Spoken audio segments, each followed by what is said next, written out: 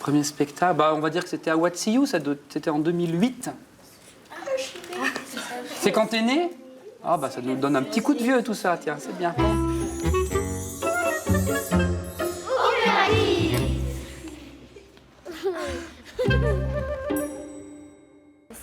Si les bords c'est connu, tu vas voyager dans plusieurs pays.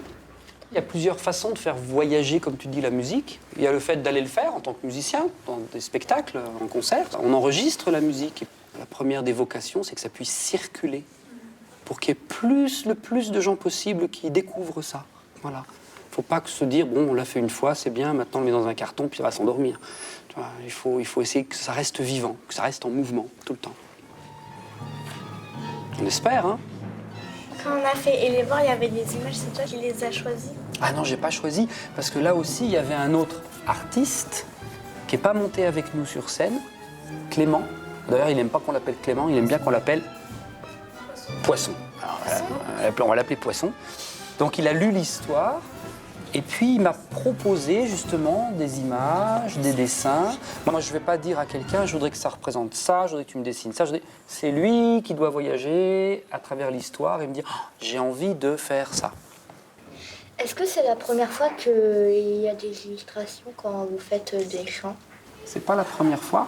L'idée, c'est que le spectacle que vous avez fait, qu'on a fait ensemble, des familles avec des enfants puissent venir le voir. Et il y a des mots à entendre, c'est vrai, mais c'est encore mieux s'il y a un petit peu d'image. Ça aide. On dit, on est dans le palais des 1000 vents et dans la prison, et on voit une image qui, effectivement, nous invite à ce que l'esprit vagabonde dans ce palais des 1000 vents et dans les geôles. Donc c'est bien d'avoir un petit peu d'image, un petit peu de visuel. Pourquoi Et les bords et pas un autre spectacle?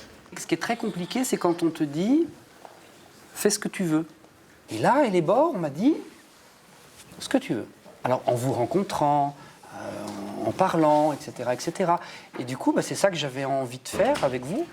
Dans ce moment-là, s'il fallait refaire quelque chose d'autre dans un autre moment, ce sera autre chose.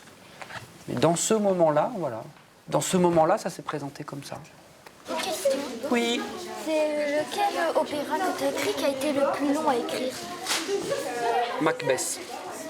Celui que j'ai fait pour un chapiteau de cirque. C'était des personnages Oui, et puis l'histoire, elle est difficile. Vous connaissez Macbeth? Non. C'est une histoire de meurtre, c'est une histoire de sorcière. Non, mais c'est très. C'était pas drôle du tout. Et au bout d'un moment, non, mais quand tu vis avec des personnages qui sont des personnages violents, agressifs, quand tu écris, tu vis avec des personnages. Au bout d'un moment, moi, j'en avais ras-le-bol de ces personnages. Hein. J'avais qu'une envie, c'était allez hop, dehors. T'en as pas marre d'écrire? Des fois, si. Des fois, si. T'en as eu marre de l'écrire? Non, ça s'est bien passé.